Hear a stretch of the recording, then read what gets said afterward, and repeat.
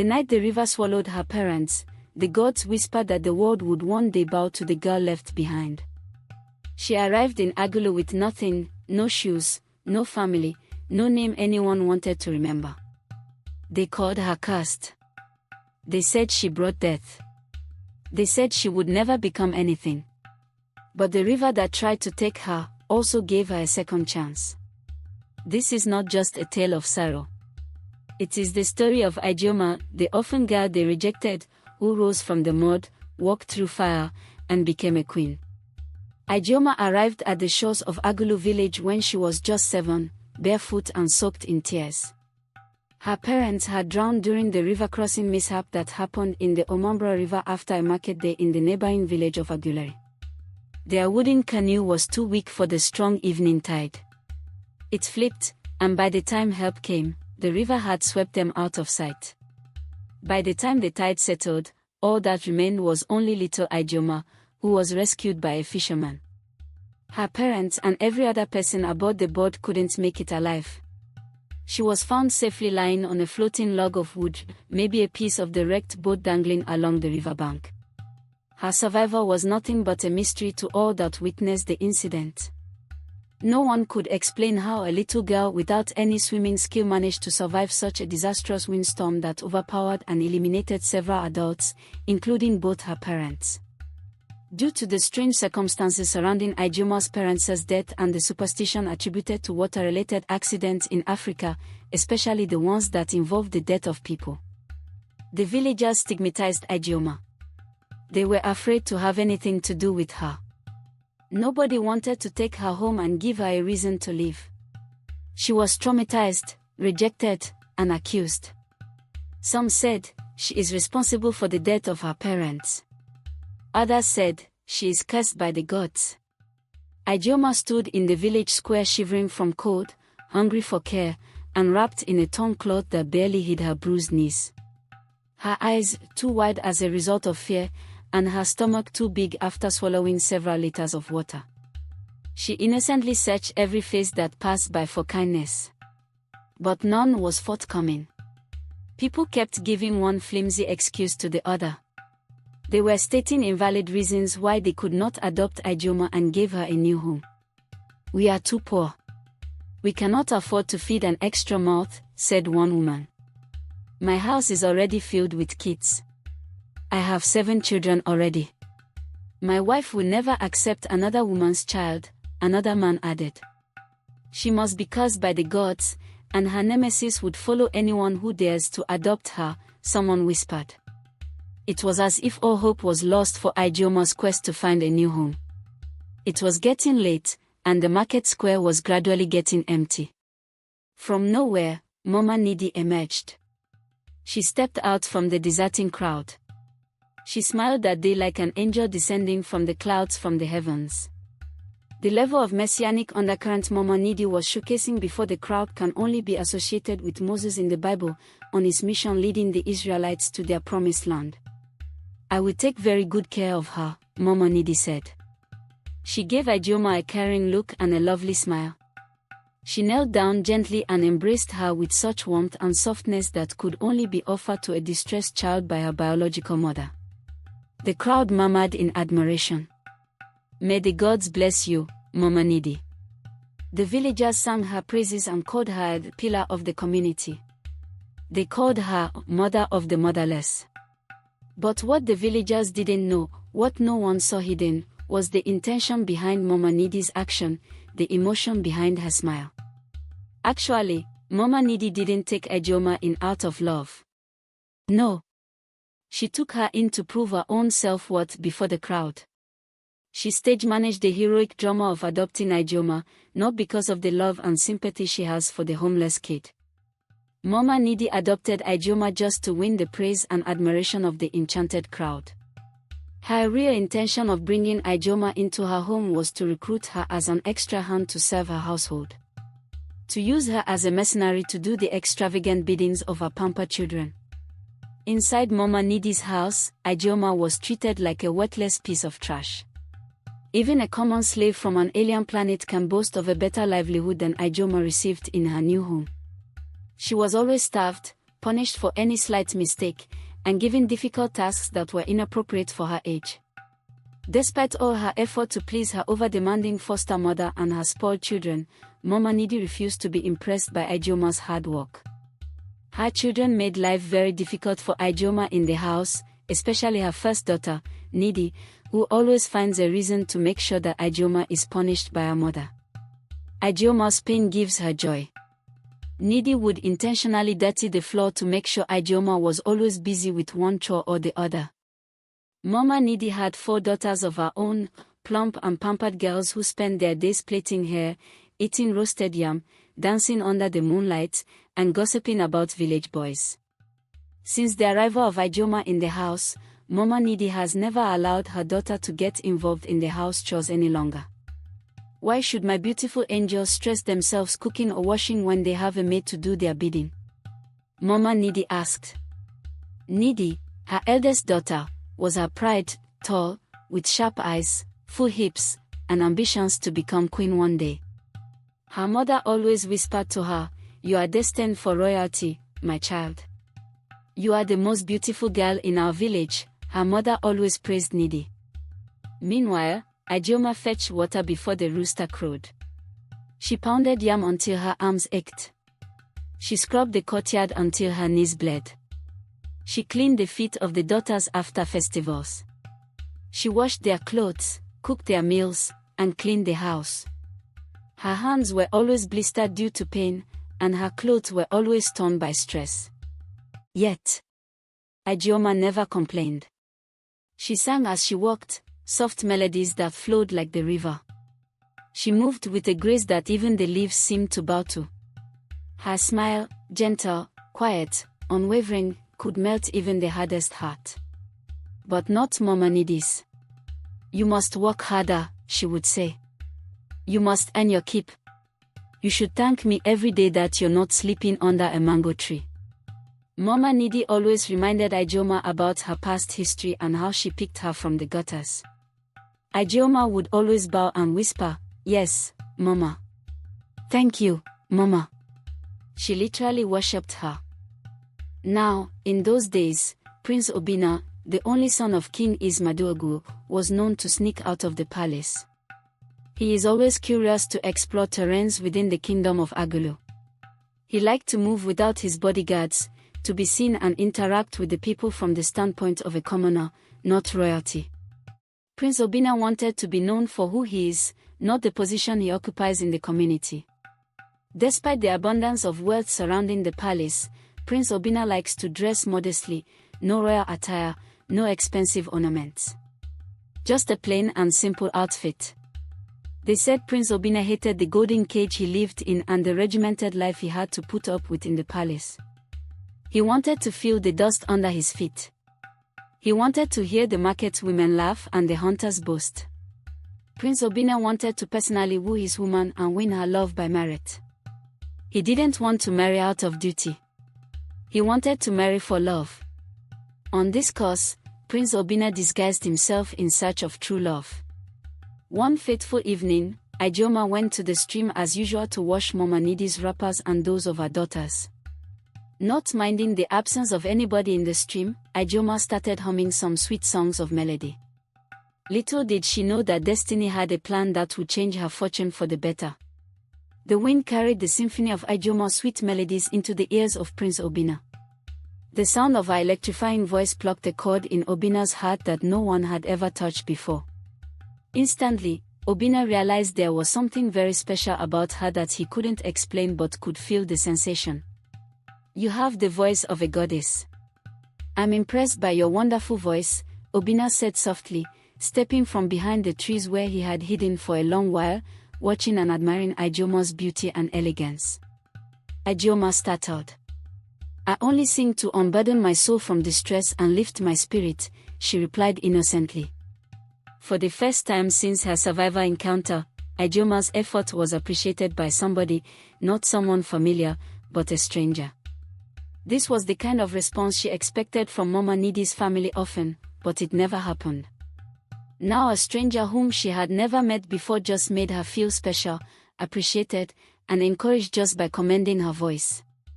Those little kind-hearted words from Prince Obinna triggered a sensation of ease within Ijeoma. She instantly felt as if a ton of burden was lifted off her body. What Ijeoma didn't know, that interaction was the beginning of a new relationship that would change her story.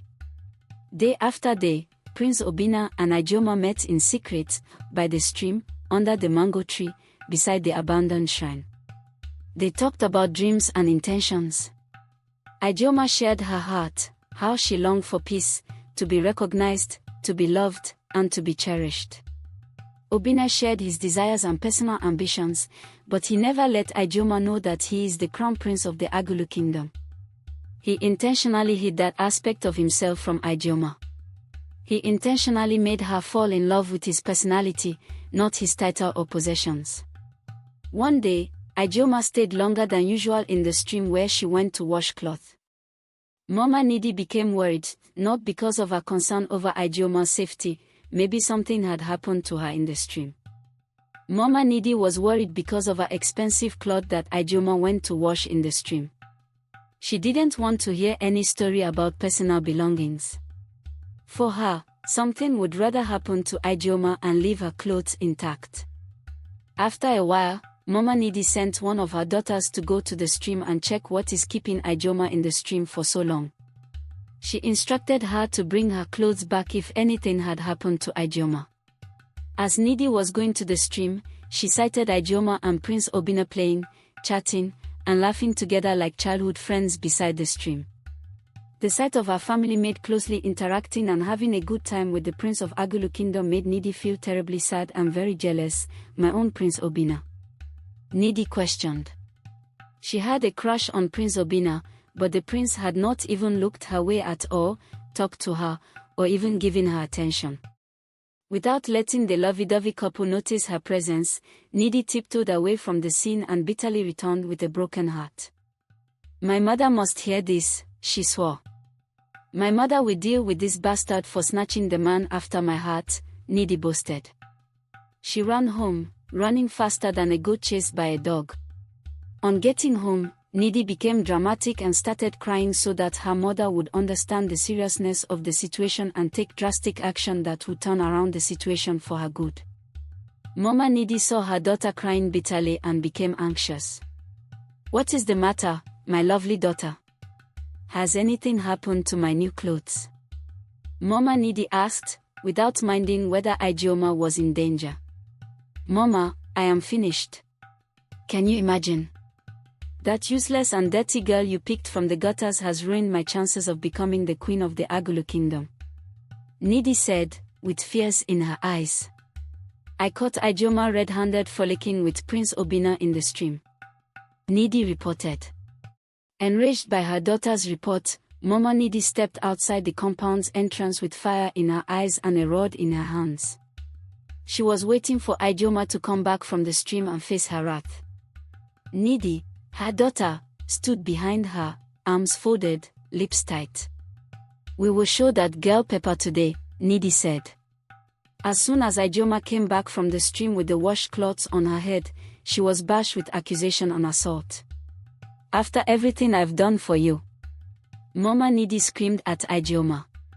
You decided to disgrace me by snatching my daughter's man. How dare you be with Prince Obinna? You want to bring shame to my family. Without hearing Ijeoma's side of the story. To know if the poor girl is innocent of the accusation or not. Mama Nidi slapped Ijeoma repeatedly without mercy. She staggered and fell into the mud. The daughters said nothing. Nidi laughed. She wanted to take her own pound of flesh. Don't you ever see Prince Obinna again in her miserable life? Mama Nidi warned. That night, the skies wept. Heavy rain poured as if the heavens were mourning the afflictions of one of their own in the hands of men. Thunder and lightning blasted their kingdom come. Amidst such harsh weather conditions, Mama Nidi did the unthinkable. She locked Ijeoma outside, leaving her at the mercy of her fate. Starved, assaulted, deserted. Ijeoma had no one to intercede on her behalf or take her in just to pass the night. Neighbors saw Ijeoma being beaten by the rain. They didn't bring her into their homes, just because of the fear of Mama Nidi's reaction if she found out that Ijeoma slept in someone else's house. At dawn, they came unexpectedly. A troop of fierce-looking palace guards was on a rampage. Their faces were stone-like. They invaded Mama Nidi's house in a Gestapo-style operation, blocking every possible route of escape. "Where is the girl named Ijeoma?" they asked with an intimidating voice. Mama Nidi froze. Her daughters trembled. Her mouth opened, but she couldn't say a single word. In her wildest dream, she didn't expect anyone to come for Ijeoma's rescue, let alone some royal delegates. As Mama Nidi was trying to deny the knowledge of anyone with such a name in her household, Ijeoma quietly emerged from the corner of the compound where she spent her night, soaked, shivering, but with her chin high. They brought Ijeoma to the palace as instructed by the king. Mama Nidi was arrested and summoned to appear before the king for further questioning. Whispers flew. The news of the incident spread like wildfire across the village of Agulu. People gathered like a swarm of bees to flower nectar. Prince Obinna stood beside his father, firm and proud, interceding on behalf of Ijeoma, the love of his life. Prince Obinna pleaded for her to be accepted into the royal family despite her impoverished background and the controversy surrounding her parents' demise. "I love her with all my heart," he said with assurance. "I want no other. I don't want a bride with royal blood. I want a bride with a royal heart. I want Ijeoma." Gasps echoed. Nidi, standing near the back, looked as if a python had bitten her pride. The king was silent, having a deep thought. He studied Ijeoma for a long time. She stood still, not pleading, not flinching, only steady, like a tree rooted by storms. At last, King Ismaduagu stood up in all his royal glory. His crown sat firmly on his head, and his lion-tail staff glowed under the sunlight. The palace grew quiet as everyone waited to hear what he would say. Then, with a strong voice and eyes full of authority, the king raised his staff and declared, "Let the drum speak. Let the people gather. There will be a royal wedding in this palace on the next 2 Eid market days. Get ready." The crowd burst into shouts of joy. Some clapped, others jumped, and some women broke into dance right there in the palace courtyard. News of the wedding spread through Agulu and even beyond. People came from nearby villages, men, women, elders, chiefs, even dancers and performers. On the day of the wedding, Agulu was like a land of celebration. No one had ever seen anything like it before. The whole village was decorated with palm fronds, bright fabrics, and flower garlands. The air smelled of spicy soup, roasted meat, and freshly pounded yam. Long tables were filled with all kinds of delicious food. Cultural music filled the air, drums, flutes, gongs, and the sweet voice of village singers. Acrobats flipped in the air, strong men wrestled for sport, and dancers moved like the wind. The trees swayed gently, as if they were dancing too. The sky was bright, and even the birds joined in the singing. The drummers played until their hands were sore and red. Women sang songs of joy. Children danced barefoot on the red earth, laughing and clapping. The whole village became one big family that day, full of laughter, love, and celebration. It was a wedding the people of Agulu would talk about for many, many years. Ijeoma was thoroughly washed and prepared by the best royal maidens. They bathed her in warm water with sweet-smelling flowers and rubbed her skin with oil and red camwood until she shone like the morning sun. They took time to comb and braid her hair, decorating it with beads and cowries that clicked softly when she moved. She wore an embroidered wrapper fit for a first-class queen, smooth, soft, and beautiful. Coral beads were placed around her neck, arms, and ankles. Her feet were soft like cotton, and tiny bells tied to her waist made gentle music as she walked. When Queen Ijeoma stepped out, endowed with pristine glory, the people could hardly believe their eyes. Was this the same Ijeoma they had once ignored? She walked tall, with grace in every step. Not like someone pretending to be royal, but like someone who was always meant to be. And her eyes, oh, her eyes, still had that same quiet light. Gentle. Forgiving. Kind. She had not changed inside. Even with all the beauty and honor, she still looked at people with love, not pride. That was what made her truly royal.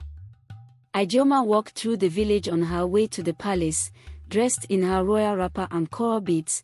People gathered on both sides of the road to watch her. Drums were playing, and singers followed her, but Ijeoma's heart remained calm and humble. Then, she reached Mama Nidi's compound, the same place where she had once been treated like she didn't belong. The compound where she had cried many nights, eaten last, and slept on the cold floor. Ijeoma stopped. The music faded a little as the people watched, wondering what she would do. She turned to face Mama Nidi's house. Her head bowed gently, not in shame, but with respect. Her voice was soft but steady. "Thank you for sheltering me," she said. "May your daughters find the love they deserve." The crowd grew quiet. Mama Nidi stood at the doorway. She didn't say a word. Her eyes dropped, and her mouth didn't move. She knelt down in submission and plea for forgiveness. Her daughter stood behind her, staring at the red earth, too ashamed to look up. Ijeoma waited for a moment, then turned and walked away, not with pride, but with peace in her heart. Mama Nidi turned slowly and walked back into her house. No words. No goodbye. Just silence. That day, Ijeoma became more than just a bride in fine clothes. She became a symbol, a living story of grace, forgiveness, and quiet strength. She showed everyone that true royalty is not about riches or titles, it's about how you treat others, even those who once treated you badly. And from that day on, whenever people told the story of Ijeoma of Agulu, they always remembered the moment she forgave and walked forward with her head held high. For many years, Queen Ijeoma ruled by Prince Obina's side with great wisdom and humility. She was not just a queen who wore fine clothes and lived in a big palace. No, Ijeoma remembered the days when she had nothing. So, she built schools for children who had dreams like she once did. She opened markets so mothers could feed their families. And most of all, she made a rule: no orphan in the land would ever sleep outside again. Because she knew what it felt like to be forgotten. She knew what it meant to be cold, wet, and alone. Ijeoma's crown wasn't made of gold. It wasn't the necklace around her neck or the fine wrapper on her waist. No. Her crown was her kindness. Her strength. Her heart that refused to break even when the world tried to crush it. Every person you see, no matter how poor, quiet, or forgotten, carries a story inside them. This story teaches us that greatness doesn't always wear fine clothes. Sometimes, it sleeps on the floor, eats last, and still smiles. Sometimes, it's the one fetching water at dawn or walking barefoot under the sun. And love. True love doesn't look at beauty, status, or riches. It sees beyond obvious limitations and looks at the soul. That girl or boy you almost walked past because of her or his present circumstances. She or he could be the queen or king you have been waiting for. To every young person listening, especially those who feel invisible, be humble. You may not have wealth. You may be overlooked. But keep showing up. Keep working hard. Don't let bitterness steal your light. And to every leader, every elder, every parent, may you learn to see with your heart, not just your eyes. The next queen or king that will rule the world might just be walking barefoot by the stream today or struggling on the streets. Don't give up.